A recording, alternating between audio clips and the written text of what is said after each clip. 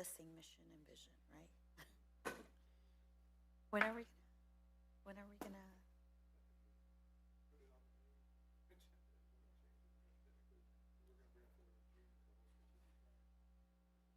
Oh, okay. Okay. Good evening, everyone. In compliance with the Open Meeting Act, Texas Government Code, Chapter 551, I call this meeting of the Manor ISD Independent School District to order on. April 20th at 5 p.m. Let the record show that a quorum is present.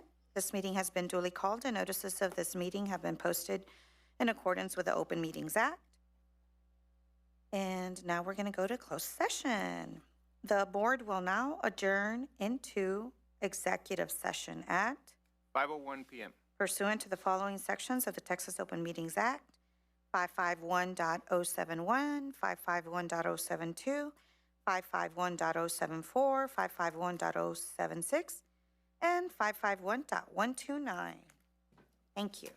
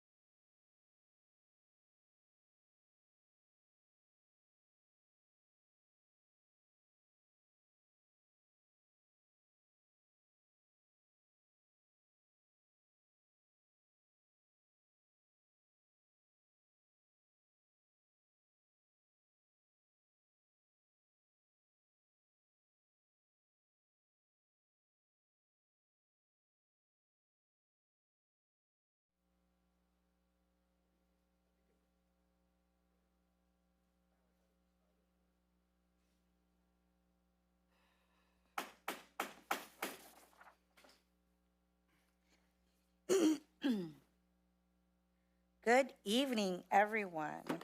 And we have our team of 8 here. We have our new trustee that was appointed a couple of weeks ago and sworn in last week. Ms. Lakeisha Small is now completing our team of 8. Welcome. So now we're going to go into, we'll reconvene in open session at? April 20th at 6 p.m. Awesome. We're going to start with the Pledge of Allegiance. And it is my pleasure to introduce an outstanding group of student leaders from the Manor FFA who will be leading us in the Pledge of Allegiance this evening.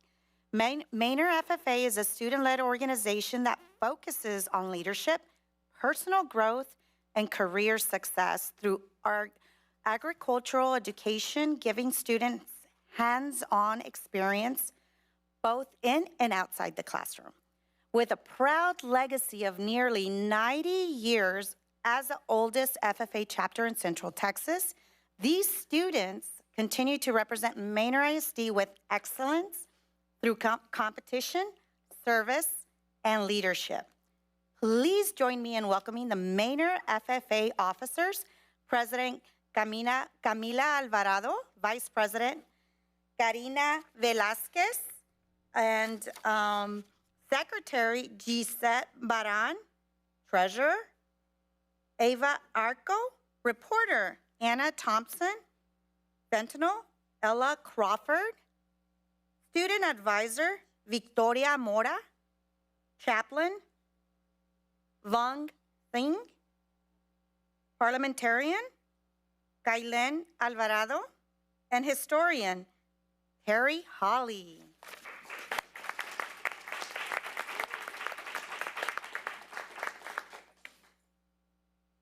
I pledge allegiance to the flag of the United States of America and to the republic for which it stands, one nation, under God, indivisible, with liberty and justice for all. Honor the Texas flag. I pledge allegiance to thee, Texas, one state under God, one and indivisible. Thank you so much. Can we give them one more round of applause? Woo! All right. We're going to move now into our vision and mission statements. I would entertain a volunteer to read or recite the vision and mission. Madam President, I'll recite the vision. Thank you, Trustee. Manor ISD is the best district in Texas where we provide an equitable education for all scholars and graduate them ready to become leaders in our community, as evidence. Yes. Thank you, Trustee Lowry. Do I have, okay, I have Trustee Howard. Okay. Manor ISD mission. Collectively, as a community, Manor ISD provides equitable resources, a safe learning environment, and high-quality educational services for all scholars to successfully achieve and reach their full potential. Thank you so much, Trustee Howard. Where you will go to recognition, Maritza. April student recognition. So Team MA, tonight's going to be a Manor High School highlight. So you'll get to see in just a little bit, but before you get started, tonight's achievement aligns with district goal number 3, which is by 2028, 90% of Manor ISD students will graduate prepared for college, career, trade, and or military services based upon their individual goals. Before I call out our students' names, as your names are called, if you could please walk up to the left and you'll shake the hands of all of our trustees. And then once you're done, if you see Miss Cynthia Kelly over there, if you just wait by her, and then once everyone's done shaking hands, we'll go ahead and get you in the middle for a group photo. And then after that, go outside for individual photos. So let's get started. So tonight we're proud to recognize an outstanding group of Manor High School students whose talent, dedication, and hard work have earned them top honors at the Skills USA State Competition. These students delivered an exceptional performance, earning the highest possible rating in every event that they entered. Each competitor received a superior rating, the top distinction award, while competing against some of the best students from across the state of Texas. Students who earned the superior rating are, in the fantasy competition, Javade Johnson, Emily Tellez, Alexa Dela Cruz, Marie Miranda, Anna Willemstein, Stephanie Medina, Michaela Serrato. In braiding and extensions, Kasia Clay. And in 3D acrylic nail art, Dora Linda Herrera and Crystal Ortiz.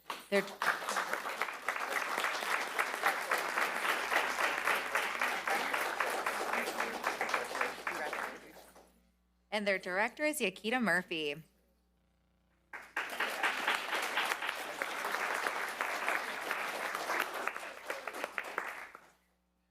Guys.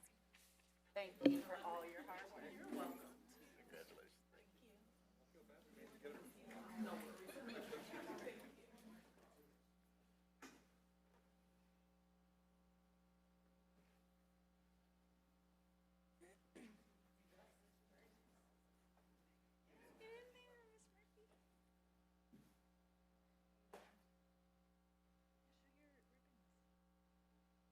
They're being humble over here.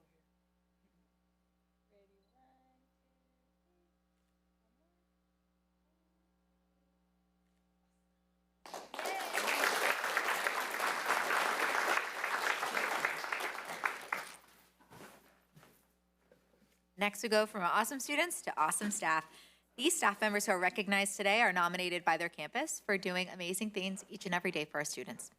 So before we get started, it's the same drill for our staff. As your name is called, please walk up to the left, shake the hands of our trustees, and just wait right over there until everyone's done, and then we'll grab your group photo.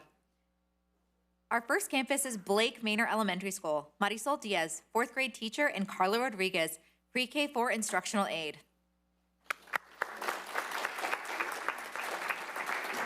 From Bluebonnet Trail Elementary School, Hazel Martinez, 3rd grade teacher, and Evangeline Pena, nurse. From the Child Development Center, Lorenda Ventura, pre-K daycare associate. From Decker Elementary School, Marilena Santiago, 3rd grade teacher, and Emily Benostel, 3rd grade TA. From Lagos Elementary School, Sasha DeVore, SLE teacher, and Amber Thorne, assistant principal. From Oak Meadows Elementary School, Sandra Bello, kindergarten bilingual teacher, and Rachel Petit, librarian. From Pioneer Crossing Elementary School, Brianna Waddell, 4th grade ELA teacher, and Edith Plancarte, registrar and attendance clerk. From Presidential Meadows, Irma Caldonia, 3rd grade teacher, and Marlene Rivas, educational associate. From Shadow Glen Elementary School, Marcos Gill, 5th grade dual language teacher, and Fatima Arriaga, resource and inclusion teacher. From Manor Rise Academy, Kevin Ryan, band teacher, and Devora Crawford, special education assistant. From Decker Middle School, Deanna Reyes, dyslexia teacher, and Sandra Garduno, custodian. From Manor New Tech Middle School, Hannah Hamilton, band teacher, and Carlos Chester, educational assistant. From Manor Excel Academy, Jessica Galvan, attendance associate. From Manor High School, Melissa Adams, English teacher, and Christopher Fraser, police officer. And from Manor New Tech High School, Lekia Devasetti, 9th through 12th grade teacher, and Wanda Cruz, senior admin.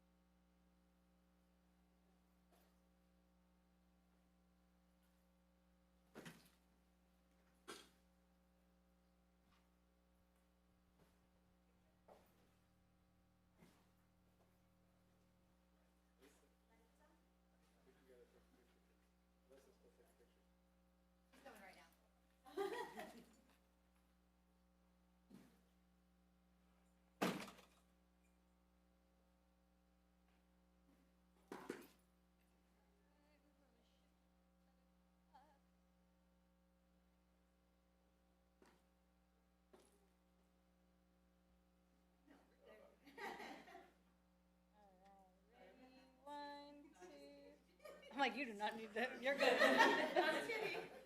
Ready, 1, 2.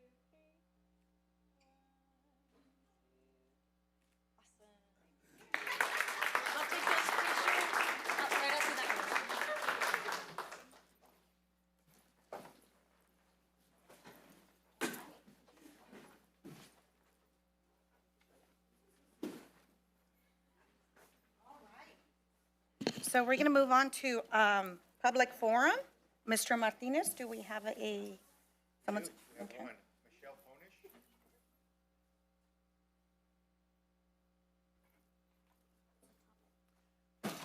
Topic of discussion, well, let me read the script first. For each person present in the boardroom who wishes to address the board, we will have 3 minutes to speak. You will have 3 minutes to speak. There are timers on each of the screens and one in front of you. I, the board secretary, will let you know when you have 1 minute remaining. Because of the topic postings requirements of the Open Meetings Act, board members are not permitted to answer any questions posed to the board by the speaker, and no actions can be taken on any issues presented during this time. Due to this being a regular board meeting, you will be allowed to speak on any topic, whether it is on the agenda or not, that is relevant to the district business or affairs. If you wish to ask questions of the board, you may submit them in writing, addressed to the superintendent's office, and the board may consider them at a subsequent meeting. If you are an employee or employee's representative, please be advised that the grievance policy deadlines are not waived. If you have documents to pass out to the board, please identify those documents and provide them to the board secretary. Finally, please be aware that the rules of decorum will be enforced during the public comment period, as noted in policy BED regulations. Each participant is legally responsible for the content and consequences of his or her statements. Ms. Ponish, and the topic of discussion is set up for success. Good evening, Team of 8. Have you ever felt like you were set up to fail before you even started a task? I'm sorry, Hold Ms. on. Ponish, can I hold just a second? Can we please put the clock up? Sorry about that, I apologize. I get started? Yeah, we'll restart.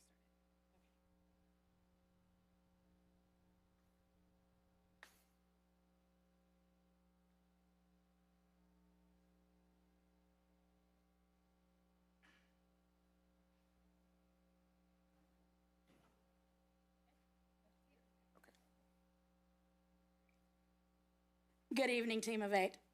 Have you ever felt like you were set up to fail before you ever started a task? If so, you know how many of the teachers at Decker Middle School have felt this year. We are a school that is on an improvement plan with the state, and we are expected to raise our STAR scores to a level that will take us not just out of an F rating, but out of the D range as well. Let's look at some interesting information. 1, our campus has been trying to make a larger growth in STAR scores than we had last year with only half the staff. We did have a 10% growth from the 24 to the 25 STAR results, but we needed an additional 12% to reach a C this year. Number 2, the students coming to middle school are not successful on the STAR, as evidenced by the fact that several elementary campuses are also on improvement plans at different levels, and our incoming 6th grade class had 27% of the students not pass their reading STAR and over 60% not pass their math. We have core class sizes in all grade levels of 35 plus, some even exceeding 40. Academic success is a very difficult task when class sizes are this large. We're having issues with maintaining student safety, as again, we have half the staff we had last year, and fighting and being out of location are consistent issues on the campus with our students. And we have a population that is transient, large number of students that come in and out, and a large number of emerging bilingual students. Currently, we have over 100 newcomers on campus. The challenges I've presented are indicative of systemic issues that need to be addressed. They are leading to teacher burnout. Teachers have reached their breaking point. Even veteran teachers who have seen behavior cycle around during their careers. For the success to happen and be lasting, systemic changes need to take place. It requires purpose-driven supports, not just programs. It requires finding the right people for the campus. Not everyone is meant for every campus. It requires ongoing, active district involvement to create a system that can sustain itself long-term. Thank you for your attention this evening. Thank you.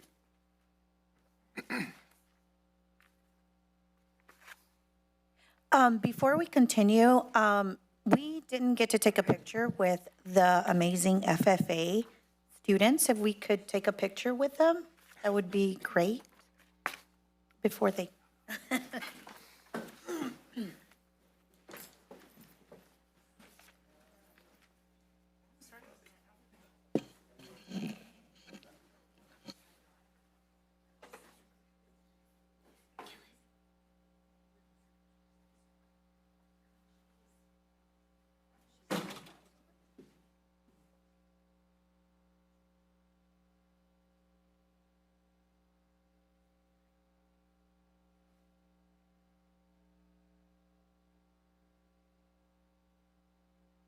Look over here, please, on 3.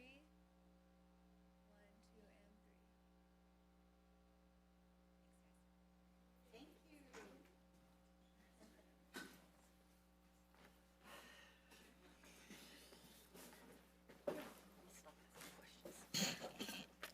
3. All right, we're going to move on to closed session action items.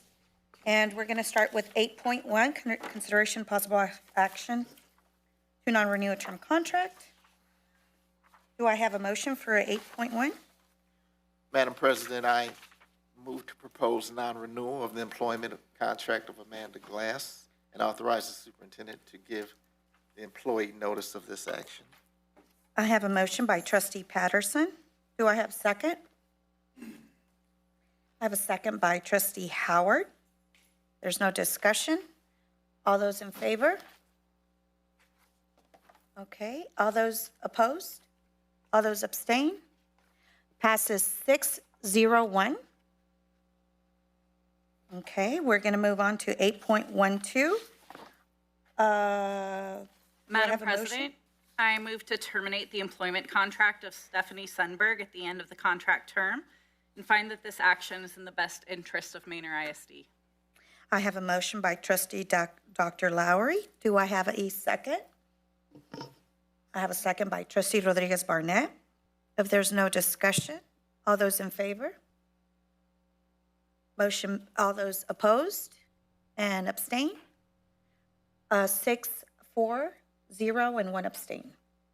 Thank you very much. We'll move on to action item 8.13. Madam President, I move to propose non-renewal of the employment contract of Mamie Keith and authorize the superintendent to give the employee notice of this action. Okay, I have a motion by trustee Patterson. Do I have a second? I'll second. I have a second by trustee Dr. Lowry. There's no discussion. All those in favor? 6 in favor. All those opposed? 1 opposed? I mean, 0 opposed, and all those abstained? Okay, 1 abstained. 6-0-1. We'll move on to action item 8.14. Madam President, Yes.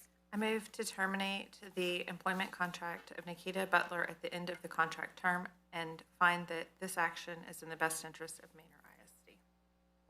I have a motion by trustee Rodriguez Barnett. Do I have a second? I have a second by trustee Howard. If there's no discussion, all those in favor? 6 in favor. All those opposed? All those abstain? 1 abstain. Okay, we'll move on. Thank you so much, you guys. We'll move on to consent agenda items. Oh, I was already going to the next agenda action item. Okay, Superintendent.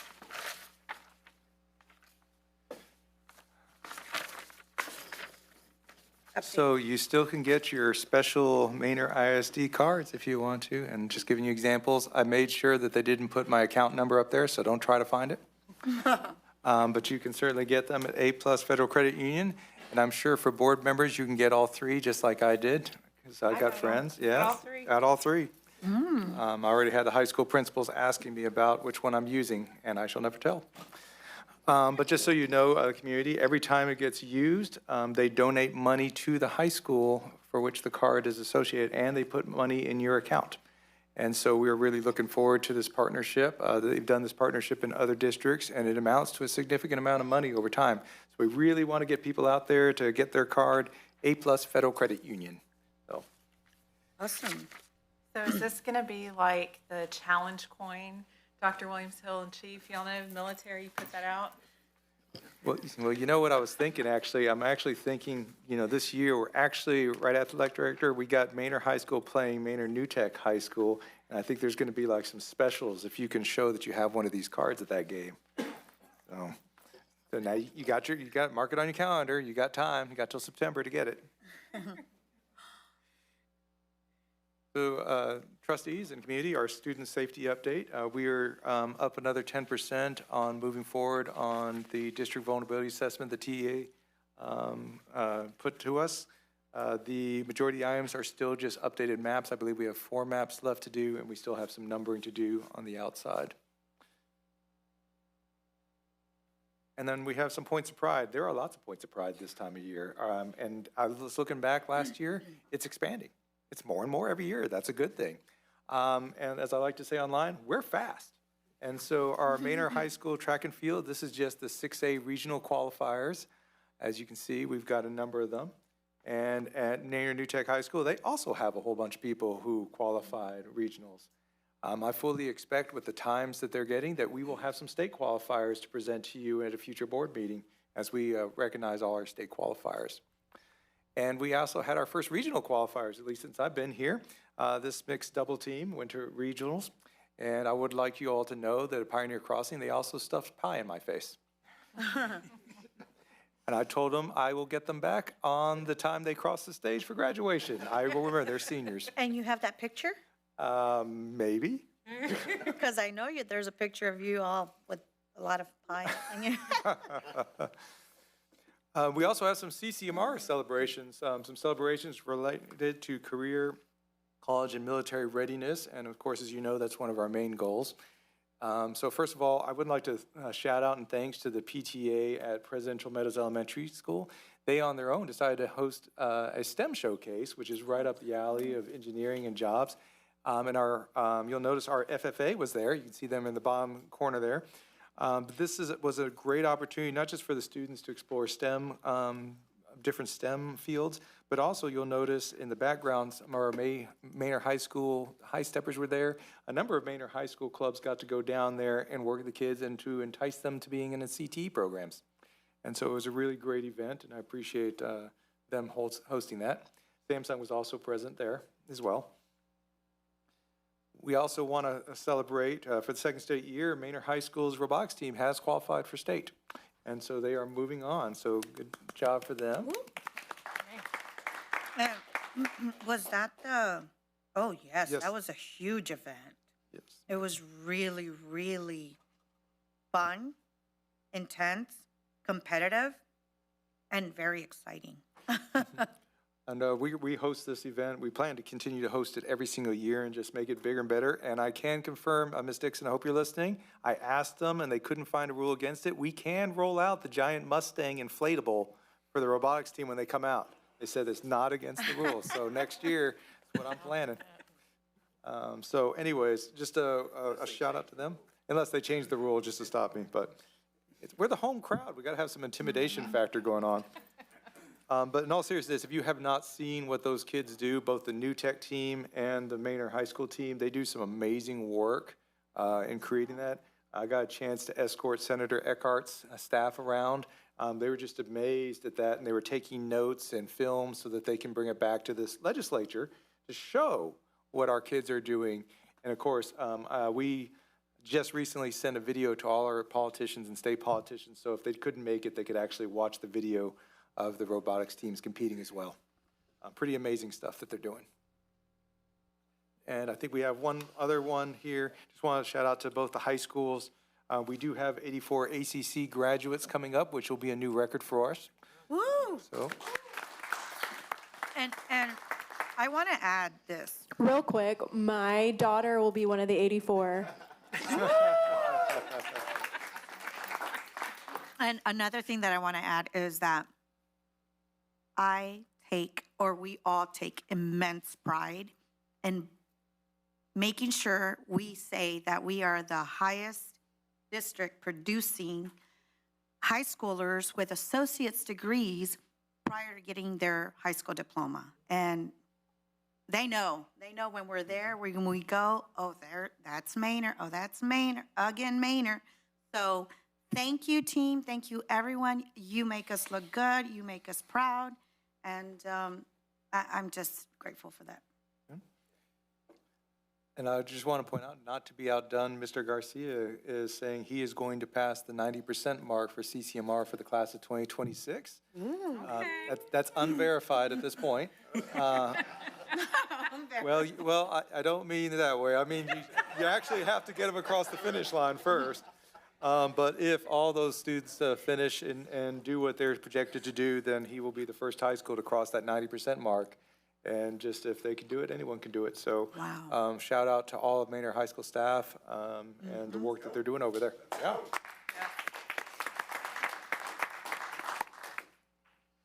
And just a real quick strategic planning update. All the teams have been working. We have, 5 teams that are working together in between now and when we actually present to you the plan. They are working on different aspects, everything from the finance, the facilities, to the instruction, to the curriculum, communications, and I'm leaving one off, safety and security and culture. So they are all working independent to create a product in early May, which they will present back to myself, and then also to the full strategic planning committee, the persons that you had originally appointed. And once that work is all done, then I will be able to provide you a draft plan for your review in May to vote on in June. So you'll get it probably before the May regular board meeting, but you're going to vote on it in June. So that way, if there's any changes we want to do, we can do that, and we can even have a workshop June 1st if we want to discuss it more. But a new mission and vision is coming. And I was going to say that. yes, I know everyone's is eager for that. Officially, it needs to get voted on. If somebody wants to put it on the May agenda, we can go early. It's all right. Either way, we're already going to lead the way. So yeah, I'm putting that plug in there. And if anybody would like that, we need a first and second, and then we'll get that done. Then we're on to information items, Madam President. Okay. We'll move on to 10, information item. 10.1 TA, intruder detection audit, correction actions for findings for Oak Meadows Elementary.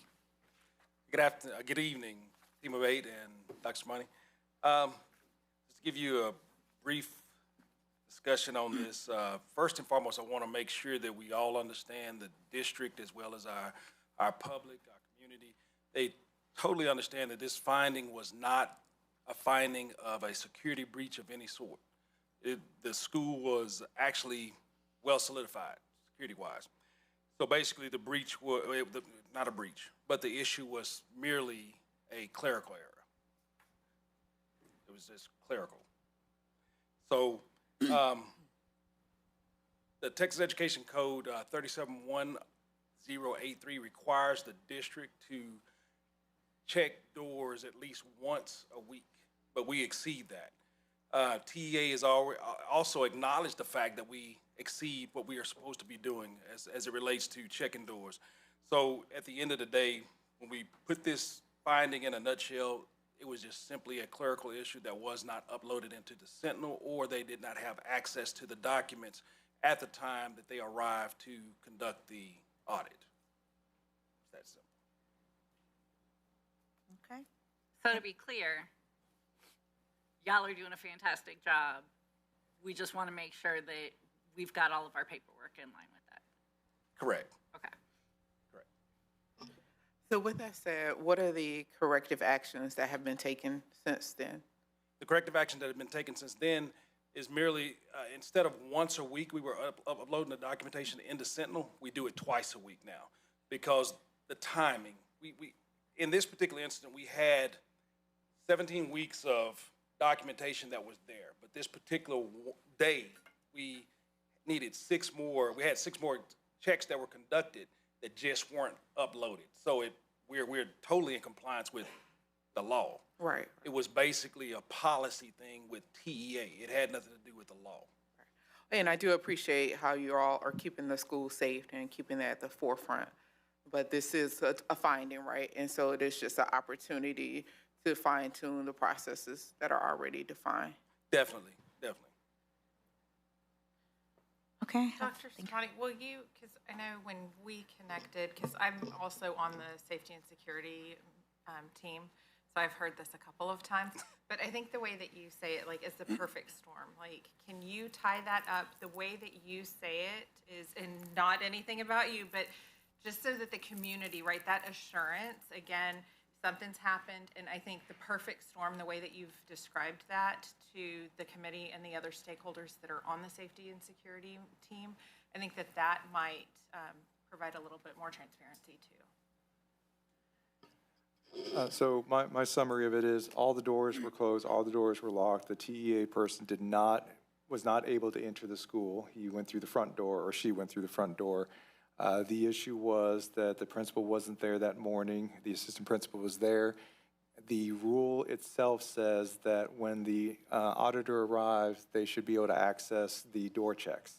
The door checks were all done, but the door checks were not physically sitting there in the office with the assistant principal. And so in the time we were trying to get that, the auditor failed us because they were not there when the auditor arrived. We felt that that was pretty, but we asked TEA, they said we did everything right, but that was the rule and that we didn't quite make it. And so they said that this is what we have to do, is come before the board and let you know. I will say that I'm satisfied with the correction that they've done. We will have physical copies. There are physical copies. There are copies everywhere to have access so that multiple people can grab them if needed, if this ever happens and the principal's not on campus and the assistant principal needs a few minutes, doesn't need a few minutes anymore. We know where they are. And the redundancy, I think that was the other thing from the safety and security meeting, is that, because that's additional law enforcement, right? So we've got our partners in the community that are part of that, and they looked at the report that you and your team provided, and they were comfortable with that too, as far as the redundancy and making sure that we've done everything, so. Yeah. We're doing our best. Thank you. Doing an amazing job keeping All our right, thanks. scholars and teachers and staff safe. Thank you, Thank Chief. you. Okay, we'll move on to 10.2, student transportation, safety compliance, and anticipated expenditure for seatbelt retrofitting and or fleet replacement. Mr. Mendez. Good evening, Team A, Dr. Shimon. I'd like to start out by saying, And if I, can I just, I know a lot of you, our hearts and prayers go out to Miss Fernanda. She had a death in the family. And so she actually tried to come here tonight. I'm glad you sent her home because I told her I don't know why she's here. So I know some of you were expecting to get her a chance to see, but she doesn't need to. So Joe's he's pinch hitting. So he found out this morning. So let's give him a hard time. yeah, Now look, now he's gonna get nervous. No, just kidding. shoot some questions too. Yeah, so back in 89th legislative session, Senate Bill 546 passed, and one of the things, or actually came to light, is that we are switching over from, or it's being mandated that we go to 3-point seat belts. Right now, we have lap belts right now through our buses, and I shouldn't say all of our buses have them, but most of our buses have them right now, and I'll go through the numbers here in a minute. But with Senate Bill 546 is saying by September 1st of 2029, all our buses have to have those seat belts. And so I'm here to talk to you a little bit about what we found out through that process. Was this a funded mandate or an unfunded mandate? This is an unfunded mandate. Another. Just wanted to put. But it's Yes, safe, that's right. Yes, sir. And so they are asking the board actually to, or we need to bring our findings, what we did, our investigation on our side, and collect the data and then present it to the board. And then the board will then take action of whatever our next steps are. And I'll talk to that here in a minute. So one of the things is that, come back here to we currently have 53 buses out of 87 buses that we have that are in compliance. We have 3-point seatbelts on them. The other 34 buses do not. They have just the lap belts on most of them. Now, I put some here, and the reason why we have probably 1 or 2 buses here that they're not in our cycle to use, but those do not have seatbelts at all. But I didn't want to say that all 34 buses did not have or had lap belts. So with that said, it runs about $33,500 to retrofit a bus, And so I'm just gonna do the math real quick, but if I'm gonna bring that up to about 35,000, so we're looking at about $1.1 million to retrofit those 34 buses. So, yes, sir. Yes, sir. Can you say can- again how much? So you're saying it's gonna cost $35,000 to put 3-point seat belts on a On bus? 34 buses, yes, sir. For a total. Per bus? Per bus, for a total of about 1.1, a little bit over $1.1 million to do that. Okay. With that said, we have looked at manufacturers. We have looked at either outsourcing it, because we can't do it ourselves. They have to be certified by somebody special that comes in. And even if, when they're gonna come in and do it, they have to do it in phases. That means that they can only do 6 or 7 buses every 3 to 6 months. So do the math, it's gonna take years even to do that. With that said, we were also looking at maybe even trying to bring it into our next bond cycle. What that is, we have identified anywhere from 16 to 18 buses that do need to be cycled out. So that comes back to a couple of $1 million that we would need. If we were to do this and just buy the buses that we needed, we're looking at about $5.1 million to even buy the buses. And so I am here to report to you that. So a bus costs what? About $150,000. Now, if we're gonna go electric, if we're thinking about in the future, it's $250,000. But right now, just, the regular buses are conventional, are about $150,000 a bus. We are looking at, we've looked at, current local budgets.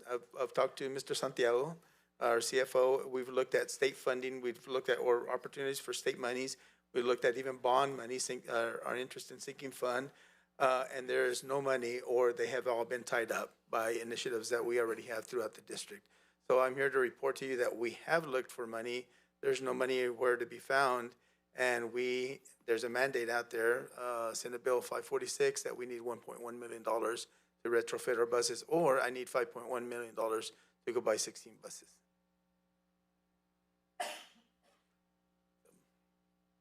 So just so you know, that the law actually requires us to do this presentation tonight, so this is part of the required section of the board meeting. We don't have the vote here tonight. You're also required to vote on this, and the vote is basically saying either, yes, spend the money, or we know we don't have the money yet. And I'll have to phrase that better to legal English, but they are requiring you to vote. That was my question. I was like, the law says present, we don't have to act on it. Not tonight, but you do have to act on it by May 29th. We have to vote to determine whether we're going to do either of those two Correct. options? You have to vote to either spend the money to fix it and come into compliance or not. Or not, okay. There is an exception on the 546 bill that states that districts that do not have or cannot afford the money, that there is a waiver for that. Oh. But that will kick in back into September 1st of 2020. And I'll tell you now that just so you know, and especially if you talk to and see what's going around the state, most school boards are voting not to do this. And there's a number of reasons. Besides the fact that all of us are suffering, we don't have enough money to begin with to find suddenly this much money. The other part about it is a lot of talk is that the state is going to come back in the legislature and create a grant to help pay for some of this. And so this didn't happen to us, but this happened to other districts in the past with some of the safety grants. They went ahead and spent the money, and then when TA released the money, they couldn't refund themselves. It was basically, we're told, it's too bad, you already spent it. You already did your thing. So there's a lot of us are thinking it's probably better, and I'm going to recommend at the next board meeting that we do not move forward with this. As Mr. Mendez says, our buses, all the ones that we're using, have seatbelts in them. It's just not the upgraded version that the new law says we have to have, and that's going to take time. And preferably it'll take a bond, since we do really need to replace some of the buses anyways. And I know you don't want me to spend $35,000 on a bus that's 20 years old. It's better just to go ahead and buy a new bus with the belts already in them. Thank you for the clarification. I'm happy to know that we do have seatbelts on the buses. That's all Any further comments, questions? Well, we need to let the public know. We are concerned about their at safety. And the fact of the matter is, the buses that don't hit this compliance level do have seatbelts on them. They're lap seatbelts, which is what they've been having up to this point. And this is also another example of why it's so important for our public to come out and support our schools and our bonds, because we just do not have the money for this. Thank you. Thank you very much. We're going to move on to 10.3 CCMR Goal Progress Measure 3 Board Monitoring Report.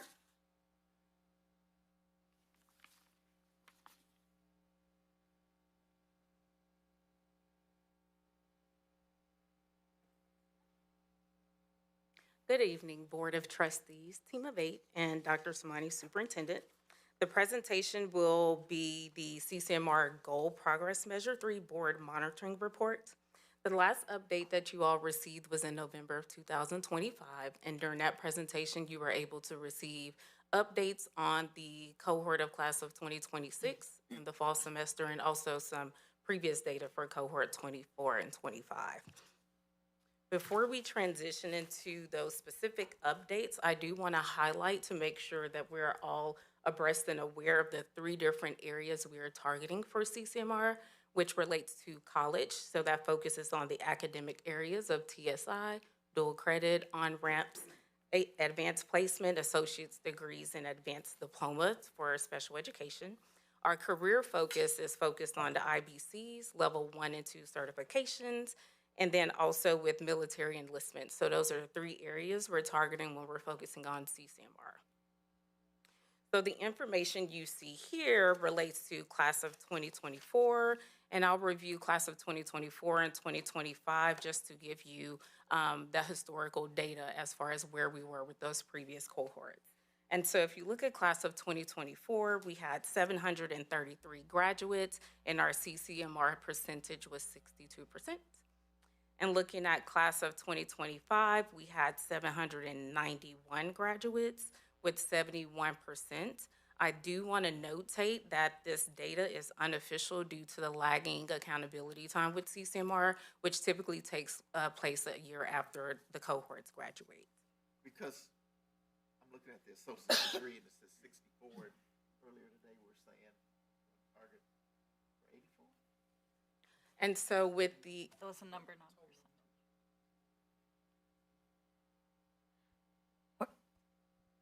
Not the total number of associate degrees. This is class of 2025. This is a year ago. Yeah. So just pulling in the 2 previous annual years for our class of 2024 and class of 2025, we're going to shift over to where we are now with class of 2026. So the data you see presented here focuses on 2 different numbers. The numbers that are in black reflect the updates you all received in the November 2025 presentation CCMR update.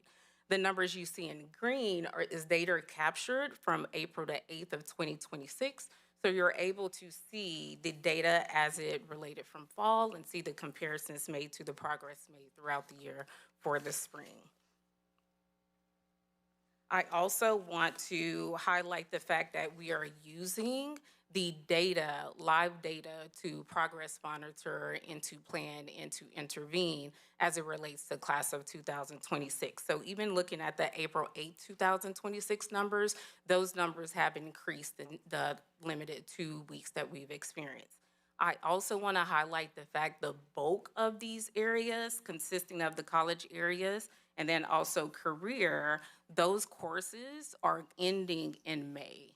In addition to that, we have our IBCs and certifications that take place in April and May also. So although we're reporting data for April to 8th, we are expecting a drastic increase once those courses close out and once those certifications are taken. Any questions at this time?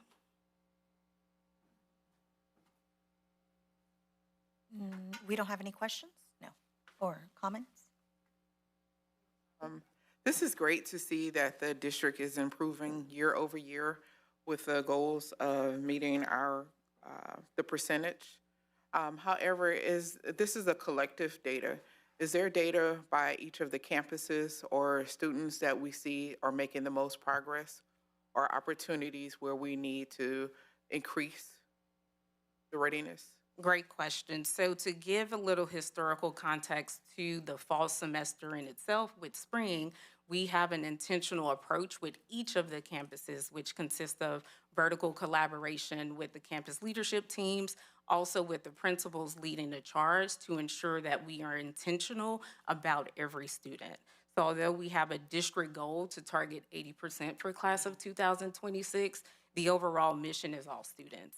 And so each of those campuses have an internal tracking system to where you have each student that they're tracking throughout the entire school year and are able to intervene and pivot to ensure that students are successful with obtaining CCMR credit.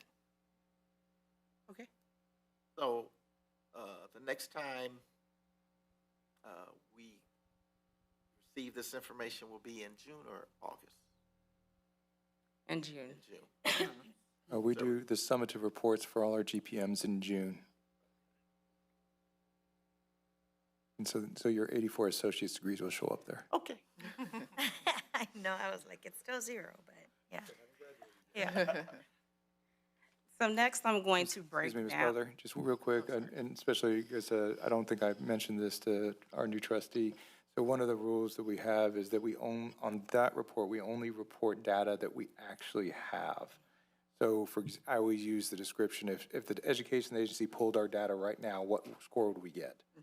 And of course, like I said, an associate's degree, they haven't graduated yet, as Ms. Howard knows, not yet. But once they graduate and TEA will be able to see it, that's when we start reflecting it in the data.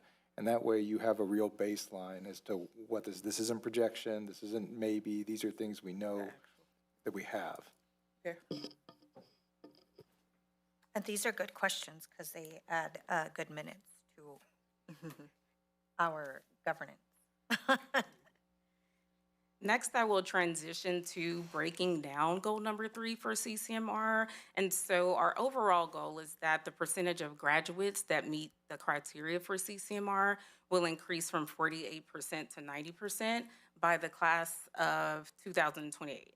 And so currently, if you look at the data we have presented here, you'll be able to see some of the fluctuation that has taken place between cohort 24 and cohort 25 when we're looking at the April data, which is reflected in your green color, and then the anticipated data reflected in blue.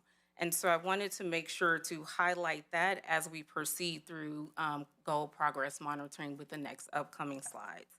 And so in just looking at this overall data, we're able to look at the direct correlation with the increase in enrollment in specific courses and also increase in testing opportunities, which is what we're targeting here with our efforts in 3.1, 3.2, and 3.3. So I'll go ahead and transition into those. And so in looking at the 3.1 goal progress monitoring, that is focusing on PSI compliance. And so that our students PSI compliance and demonstrating proficiency in English and math and able to proceed with post-secondary pursuits. And so here you're able to see that in 2024, our goal was 40% and we had 43% CCMR. For cohort 25, the goal was 45% and we exceeded that at 59%. For the class of 2026, our goal is 50%.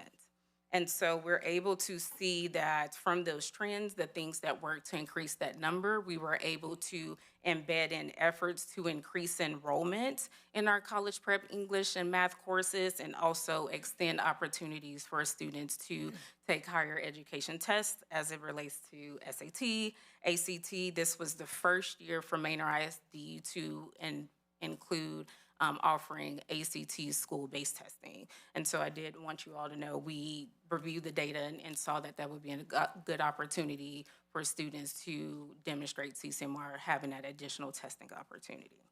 I have a question. Yes. And I think we talked about it in the last several of their board monitoring around the CCMR data. When or have we started in the middle school with, starting to help them test with PSI, SAT, all that. I know we already had started conversations, and I think, if I'm not mistaken, it was going to start this school year, but I'm not sure. So I don't know. So the historical context with TSI testing for the eighth graders, last year was the first year to where we did provide TSI testing across all the middle schools. And so students participated in that testing in May. And the data shows that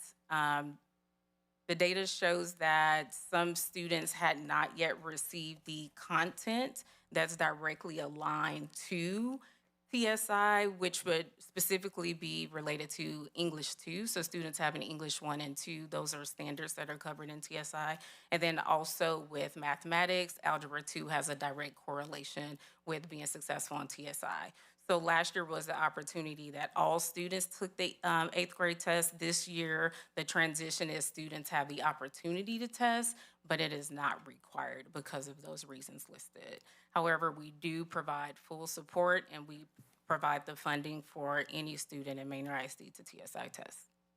Can you, I'm just curious to see, since we just started last year with eighth graders, just what the data shows, how many are taking it, what the results are, just basic data. And so I can get you that specific information about the results from the May 2025 TSI testing with all of our eighth graders. So we do have that data. I'll be able to pull it and provide it to you also. You are able to see that. Thank you. So our district, we have some very challenging goals, but it looks like that we are able to exceed this goal from year over year.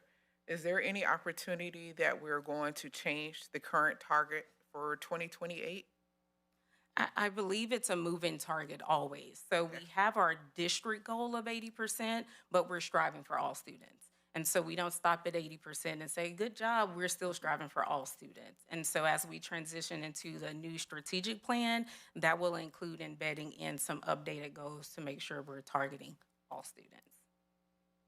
And on that one, can you go back one slide?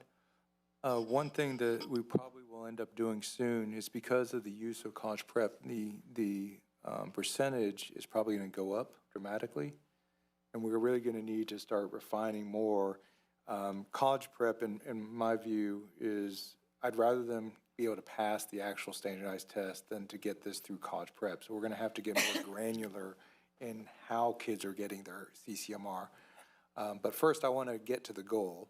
And once we get there, I think you're absolutely right. I think there's an opportunity as we move forward to refine this goal. Maybe we change it to TSI focused as opposed to TSIA focus as opposed to TSI. I'm trying to use the right nomenclature, but no, I think there is some opportunities as we move forward, this one in particular. The goal, again, is that's the minimum. Obviously, we want 100%. Correct. Yeah, we want 100% CCMR. And then, that's the next, really, we're already talking about the next level, because once you get 100% CCMR, how did they get CCMR? Because we can also begin to start talking about the various ways. I know Stephanie's shaking her head because she knows also a lot of students with disabilities, you can get an indicator just through an ARD meeting. That's kind of a pretty low standard where you could be working to get those students having an industry-based certification. So the first step is get the CCMR goal. And then the second step is how did we get those and how are our kids are getting that? And by the way, preview, those of you who know that the education agency is changing the accountability rules. And in 2 years, all this is going to change because they are going to start weighting different CCMR measures differently. And we got a little bit of a preview, but we don't really know exactly how that's going to look. So eventually, I don't even know what our goals are going to look like because some measures are going to be worth more points than other measures. And so we're going to have to kind of figure that one out. So that's to come 2 years from now. Yeah, and I'll throw this in. It may catch you off guard because we haven't had our one-to-one just yet this week, coming off of a conference. But I did just recently learn that ASVAB, which is a free test to take, districts can take it, juniors and seniors.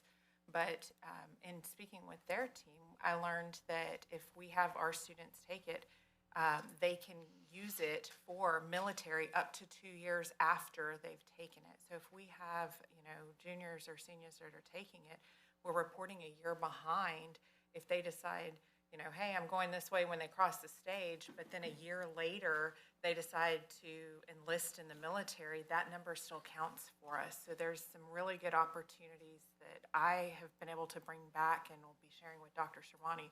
But that was huge. Like, my eyes were lit up. Like, wait, what? I can increase that enlistment number because, of course, being a military wife and mom, like, we got kiddos that it's really a big opportunity to serve in that capacity. I had a quick question regarding, you mentioned that TSIA is being funded by the district for students to be able to take for free.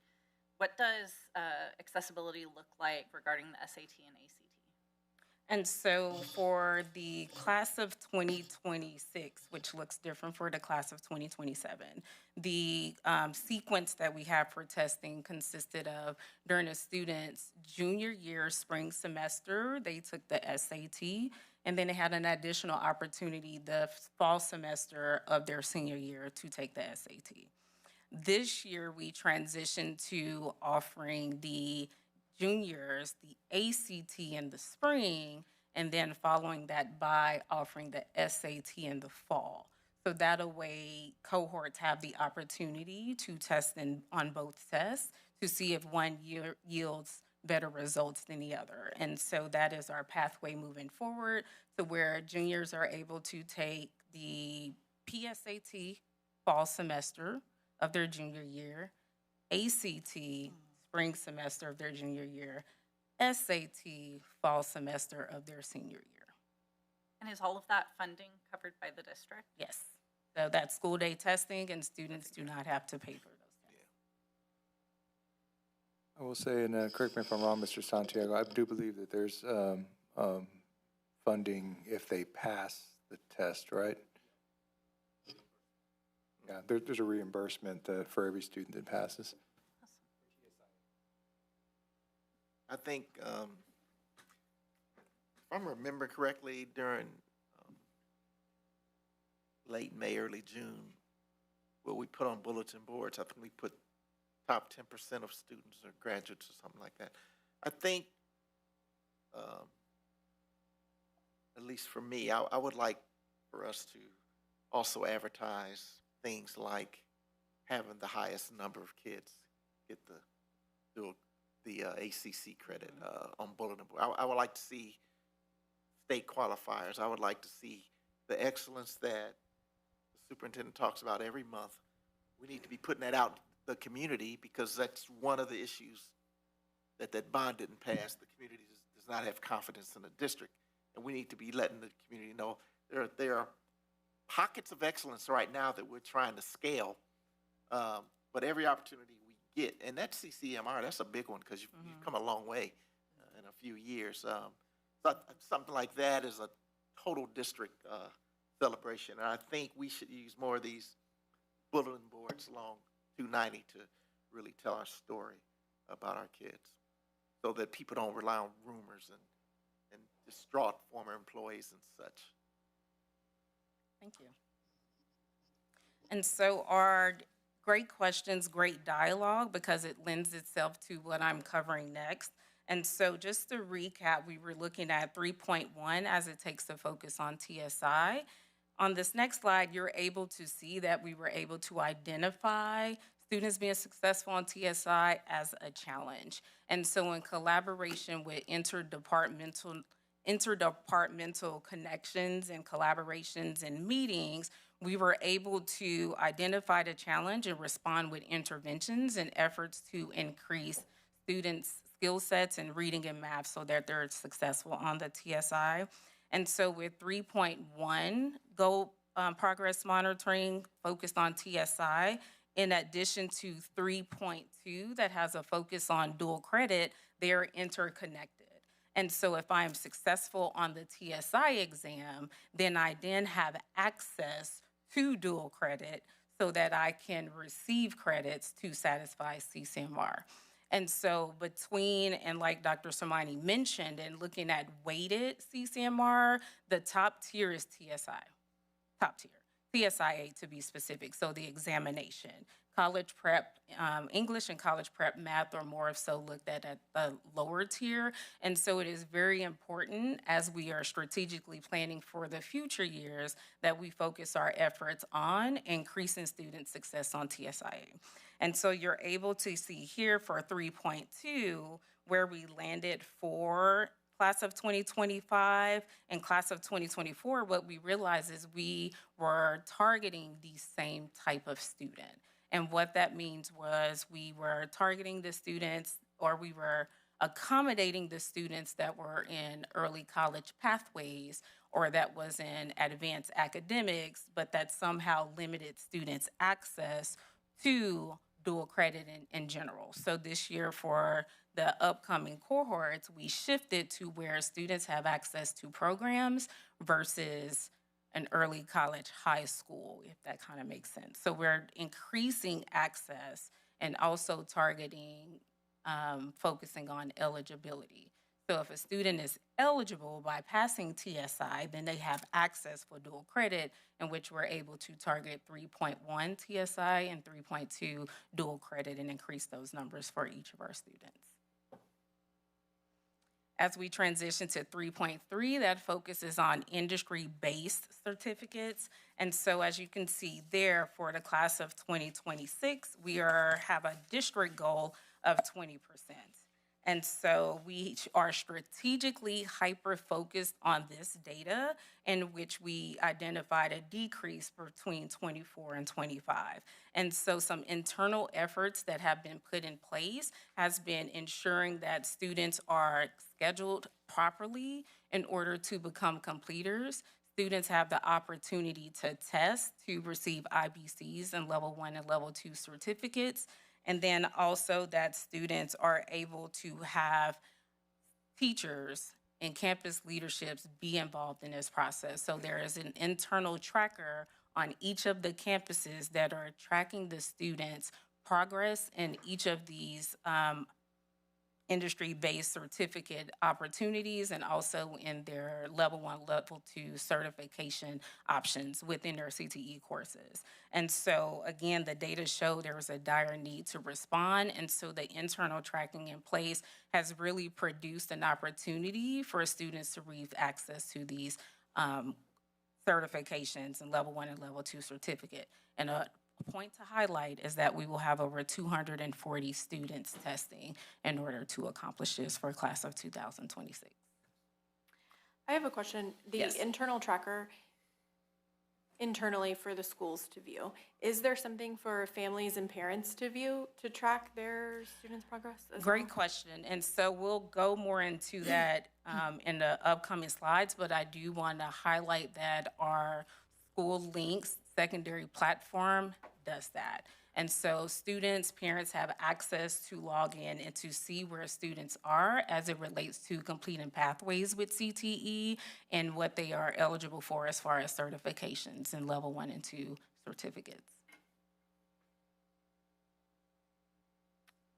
I really look forward to seeing more involvement in the industry-based certification, especially because I was in I don't even know, it was a conference recently or one of my cohorts, leadership cohorts, but they were talking about how, and this is just recent data, it's not certified yet or anything, but just projections and forecasting, how due to AI, everything, programming, everything, now the need for more HVAC, that's going to be the way to go. That's where they're talking about for future, because you're still going to need, you might have a lot of robots or a lot of AI stuff happening, everything, but the need now in the workforce that we're talking about was plumbing, HVACs, all these certifications like that data centers will be using, because they're, so they were forecasting all these industry certifications for workforce in the future, where it's going to be, where the money is going to be at. So that was interesting. This is something new that came out, but that's just what I've learned. And if we could just capitalize, highlight, take advantage of that, and position our students to take part of that, that would we'll set them up for success and our well-being as well. Absolutely. Are there any questions about the data shared thus far?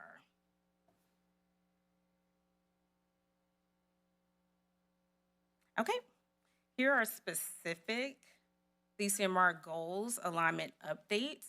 And so with CCMR is a district-wide responsibility, and with the cross-collaboration and vertical collaboration, collectively, we have been able to identify areas to increase CCMR for all in 3 specific areas. So that's looking at technical, programming, and instructional.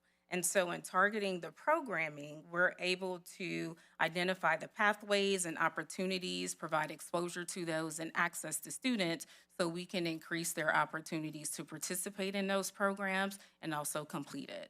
On the technical side, we are able to triangulate data, and that is using internal trackers on the campuses that the campus leadership team has to track every single student and to be able to monitor their progress throughout the year to ensure they receive CCMR credit. We also have our Skyward system that feeds into School Links, which we're able to not only pull actual data, we're able to pull projections and use those throughout the year to make sure that we are aligned with what students are able to accomplish and receive at the end of the year. We also use our own data suite, which is extracting information from Skyward, so that we can make sure that our coding and our tracking is aligned between those 3 measures. And so that's the technical side. And then lastly, we have the instructional side. Students being able to have the skill sets to be successful with applying reading comprehension and skill sets on TSI and mathematics is key. And so we've been strategic with collaborating with curriculum instruction to ensure that academics are also participants in ensuring that we're able to provide Tier 1 instruction and interventions for student success. So we have the CCMR resources listed there, professional development, and then keeping parents and students connected remains a focus of ours, and that is a target for us to continue to increase and improve. One great thing that we did this year, amongst many, was being strategic about providing school of choice information to families so that they are aware of their options and the programming options, which are significant in students selecting their pathway. Any question on these CCMR alignment updates? No, we're good. Thank you so much. I have 2 more slides if that's okay. No, next, I know, but Oh, you said okay. no more questions. Okay. I'm like, no, you Okay, can go so on. the- Thank you so much. That we wanted to be strategic about providing this information, and so the CCMR performance trajectory for class of 2026, our current goal for the district is 80%, but we own the fact that we are responsible for all. And so our current trend is 72%, and we're able to identify the 8% difference with the 80% goal, but also the 28% difference with all students. And so in looking at those 2 metrics, working collaboratively with the campuses, each student, not just 80% of class of 2026, but each student has been identified as in being able or projected to receive CCMR credit. If they are at risk, there are intentional strategic measures in place to close out the school year to ensure that those students have every opportunity and receive interventions available and accessible so they too can satisfy CCMR credits. Any questions on that? And lastly,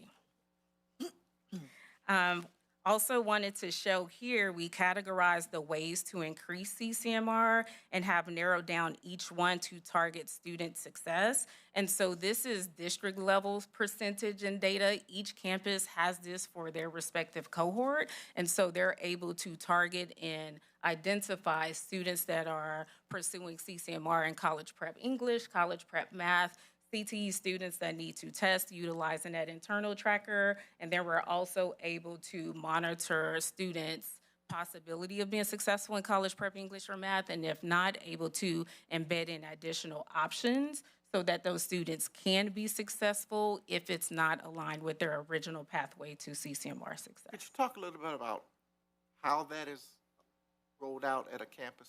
Yes, for sure. And so I'll use Manor High School as an example. So Manor High School on their internal tracker and within progress monitoring has every single senior. And so that internal tracker utilized in fall had projections of if this student is in college prep English and math, then they satisfy CCMR. Through progress monitoring and looking at grades and academic progress in those courses, the campus has identified students that are sitting in those courses that may not satisfy CCMR in the course itself. And so they've developed an alternate plan for those students to satisfy CCMR. And so an example for that specifically, those students will be participating in TSI boot camps where they receive intense instructional support with TSI, and then they'll test to an effort to show and demonstrate that they can satisfy CCMR credit. And it's per student, so it's not a global approach or a campus approach to that. They are really tracking day by day, week by week. That's how Mr. Garcia has his numbers, and Ms. Smith as well. They're able to track and see where students are, intervene as needed. And one thing I do want to highlight about the principals, it's not a one-stop shop or one approach fits all. They're truly breaking down the needs, assessing where students can be successful, and then applying those interventions as needed. And so that's for seniors. Is there another layer to that for juniors? So that we don't have... Correct, yes. So so we have our 4 cohorts, cohort 26 we're closing out, but we have the same approach with the current 8th graders that will rise. And so there are different plans for each cohort to ensure that they are targeting all students receiving CCMR credit. Yes, sir. Mhm. Are there any questions? So starting 8th grade, every cohort from 8th grade. Mm-hmm. Yes, sir.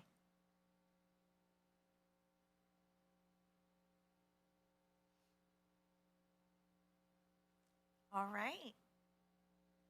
Thank you so much. That's the last slide. Yes, thank you. All right, thank you. And we'll move on to 10.4, future bond considerations. I don't think, do we have anything additional? I mean, oh, yeah, we do. Okay. There's no presentation. We are here just to let you know what we are doing. We are on to the next bond cycle, which is, we are looking like we may be recommending a November 2026 bond election. We are beginning to work with various persons to look at that, including our facilities committee, and to review those possibilities. And so we put this item on here, and we'll continue to have this item on here to update board members and answer questions as we engage in that process. So we've highlighted just for focus areas, and we'll bring this to you month to month and just let you know where we're at the different times with our next bond cycle, just kind of package that all together. Wonderful. Trustee Patterson? Has there been any analysis as to what happened this past bond in terms of participation rates and why people voted the way they did? Yes, sir. I'll defer that one to Dr. Samani. Yeah, we've engaged with another companies to do that. Your bottom line.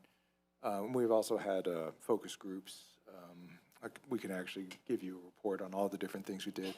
I think that the more comprehensive analysis is going to come with the new company that we just contracted with. They'll dive into it a little bit more deeper and comprehensively. The short of it is that, and I think I've reported on this in the past, is that the last election was an off election. You had much lower participation rates. Those that seemed to participate in that election tended to be more not supportive of public education. That was the analysis of several groups. There was also in the conversations with the focus groups, a lot of concern about increasing property taxes, economic conditions. As we know, that was the first election where we had to put on the ballot that it was going to be a tax increase, whether it was or not. And so there was definitely a lot of confusion there. And so some of the takeaways are making sure that we communicate even more about the education and really target groups that are not connected with the school system.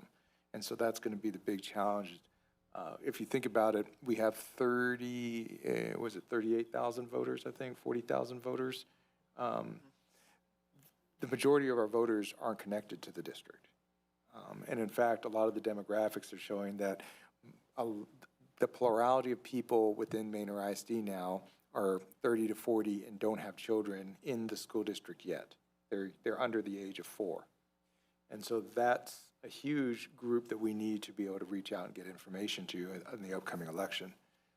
So that's just kind of an off-the-cuff analysis. I can always recap it at the next board meeting if you like. And we're back to our normal voting location, so there was just a lot. It was a kind of, yeah, it was a lot. Yes, I moved the location back. I'm going to own that one. I was working with Travis County to find an empty building for them to use it, but that did confuse voters to where to vote. And so this election cycle, it is back here at central office.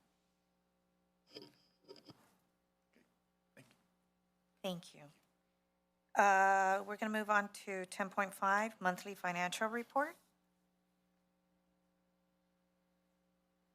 And Mr. Santiago, you can back me up if I get off a little bit, but I think there's only a couple of things we want to point out. I was getting some questions from trustees, and so I added a few slides for the community and for yourself. The one thing that we want to mention in this one is that the revenues we're showing now do include the one-time funding now. And so we're going to go ahead and start reporting that. So if anyone looks closely, they're going to suddenly see revenue shot up.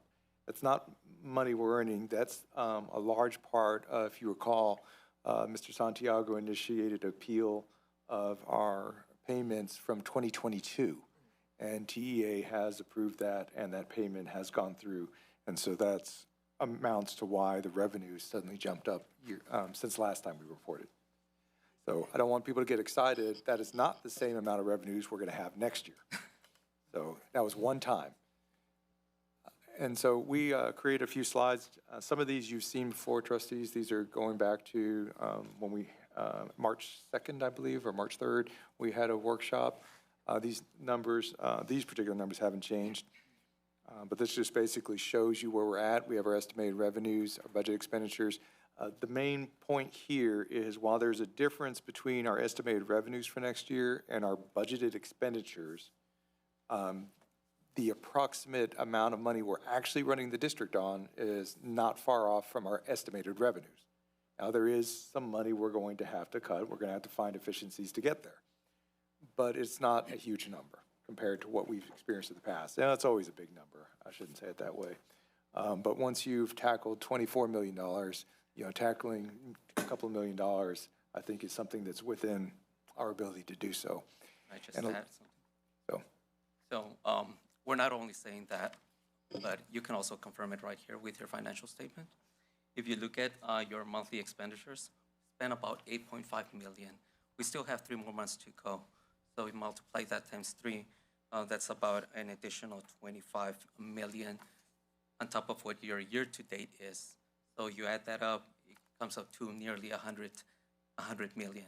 Well, we have revenues of about 105, which basically tells us we'll be able to put back into fund balance about 3-4 million back fund balance. So we're operating with a surplus. And that's the reason why we keep emphasizing that even though we have a 105 million budget, we're expected to spend about 101 million. Now, I do want to say that, there is some things that we need to do. Want to show you this data. This is actually looking at our peer districts and percentages. You'll see 3 particular ones we put out there. The administrator, and this is 25-26, the administration is spending less on average on administration right now, and that number we'll try to continue to decrease it. The one thing I want to point out that we struggle with is we need to spend more on instruction. I absolutely believe that, and what I mean by that is a proportion of instruction, and we have to do that while still decreasing the budget. And so that's the trick that we're working on. And I want to point out the 2 things about that operations number. That there's two unique things for Manor ISD. One of them is that we have more buildings on average than other people. that's more lawns to mow, that's more facilities that we have to maintain. That is just a fact of of our district right now. The other thing is, and this is a good thing, is the police department is also included in that operations. We're one of the few police departments, thank you, Chief, that are almost fully staffed now. And so that's a good expense. So, yep. And so all that adds up to a greater proportion of the operations. So one of the challenges for us is how to keep moving that money over while still maintaining the facilities we have, which a bond will do a lot to help us with. And then finally, or these two slides, this is just an updated. Last time I saw you, we had some expenditures, but one thing has changed a great deal. The healthcare costs are continuing to skyrocket. We were estimating about $700,000 in new cost. It is now up to somewhere between 1.2 and 1.9 million. So that's going to be something that we're going to continue to work for. We're still committed and believe we can make it so that the individual health player, there will be an individual health care plan that our employees can have free, not free, but of no cost to them. And so we're still going to work towards that. But I wanted just to alert you, it's going to cost more than we thought it was going to. And then finally, just some updates on some of the savings and areas of savings we're looking at. That first one is a real celebration, you know, through the diligence of the trustees and making sure that we're putting money back in fund balance. We have less money that we have to spend on interest on loans. And so that's savings that goes straight back into the classrooms. You also see the transportation savings when we talked about moving to a hub model. You also see we are looking to do some savings at our property and liability and are changing our terms. We have not negotiated those terms yet, so I don't have an estimate for you there. And we have less students. So we have eliminated some of those positions because when you have less students, you need less positions. Those are vacant positions. So you can see that's almost $1 million in savings there. I don't have the exact cost or exact savings probably till next week at the earliest. And then, of course, we're going to have to continue to find savings as we go along. But we'll keep working on it and keep updating you as we go. I think the big thing I wanted to say, because I keep getting this question, is there is not going to be any big news announcement of major cuts at Manor ISD. We've done that. We've already done the hard work, and you know the staff should be proud of that. We are now getting an opportunity to attract talent from other districts because we are the financially stable district in the area. So we should all be proud of that, and so should the community.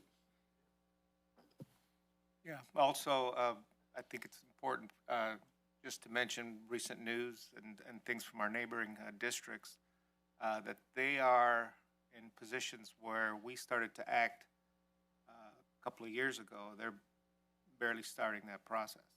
So because of your diligence and your hard work and your foresight to make those decisions, that we're able to be where we are now, where we're stable and building up, versus many of our neighbors are just at the point where they're trying to figure out what they're trying to do. And this is where I pride myself in the board, the strong board, that we were mind-focused and solid, that we needed to balance the budget. And that's a direction. And that was a tough decision, tough thing that you had to do too, and admin and staff. And I cannot reiterate again how proud and happy and comfortable and I don't know that you, and how good you made us look as well. So, and thank you for doing all that hard work. And it was painful too. But we are now in a better position, like Mr. Martinez said, where other districts are probably just starting, and this is a good place to be. So thank you, team, everybody. We're in a great position in a bad situation. In a bad situation. Because There you go. as we heard earlier, we have needs that we just don't have the money Exactly. for public. And we as a board, we're going to be responsible with your money. We need folks to talk to the legislatures about appropriately, respectably funding public education. We're going to do right by your money, but the reality is 86% of every budget is people. We're balanced now. Our neighboring districts having to cut millions of dollars. But again, foresight of our leadership, we're in a stable situation, but it's wavy out there. We're on the boat, but it's wavy. So we're going to continue to be diligent with your funds. We're going to be doing the best we can for your children, make them safe and secure, and then teach them and have them ready to be leaders in our community, like our mission says. So,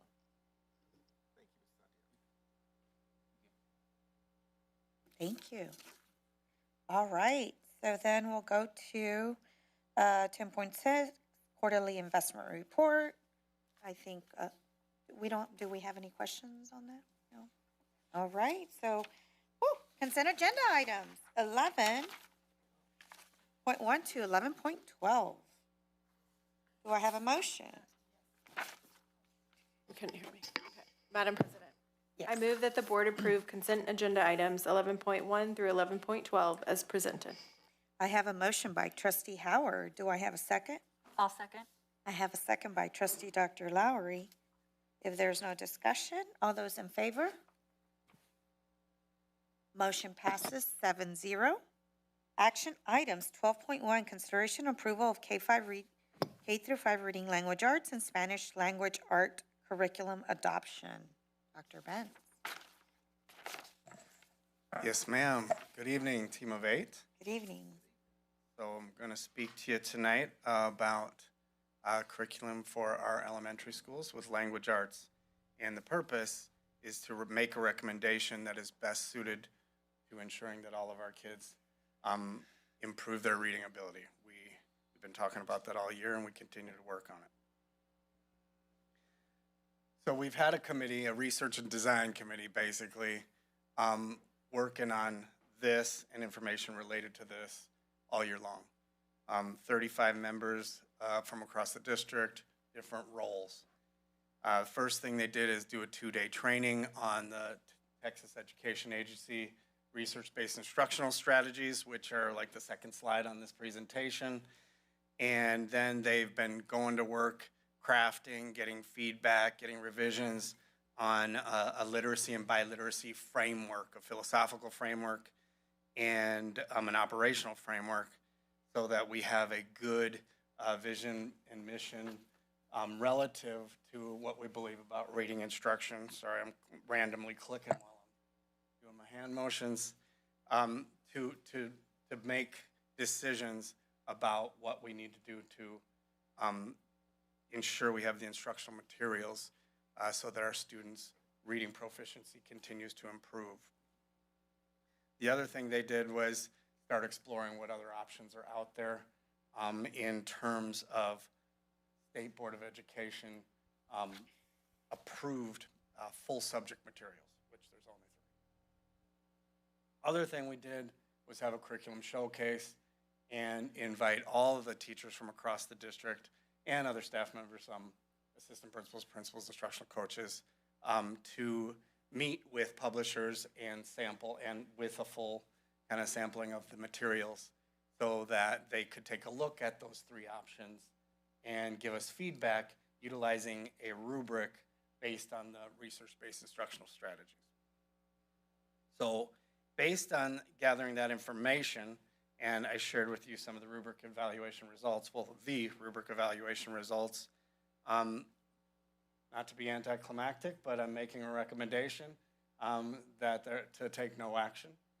This evening, our recommendation is to continue to implement using the Houghton Mifflin Harcourt 2nd edition updated curriculum that is State Board of Education approved for the 26-27 school year. Thank you, Dr. Benz. Do we have any discussion or any questions, additional questions from our trustees? If we don't, then, I propose that we follow the recommendation of our administration to take no action. Do I have any opposition? All right. Thank you very much, Dr. Benz. Thank you. We'll move on to 12.2. What's 12.2? Yes, 12.2, action item 12.2, consideration and approval of provision of curriculum material certification. that the board approve the provision of curriculum material certification for the 2026-2027 school year. I have a motion by trustee Patterson. Do I have a second? I have Ms. Howard raised her hand. I was pointing out that Ms. Howard raised her Oh, hand a second. I have a second. second I by second. trustee Howard. If there's no discussion, all those in favor? Passes 7-0. Now, the confirmation of the next regular board meeting is scheduled for May 18, 2026. And do I have a motion to adjourn? I move to adjourn the meeting.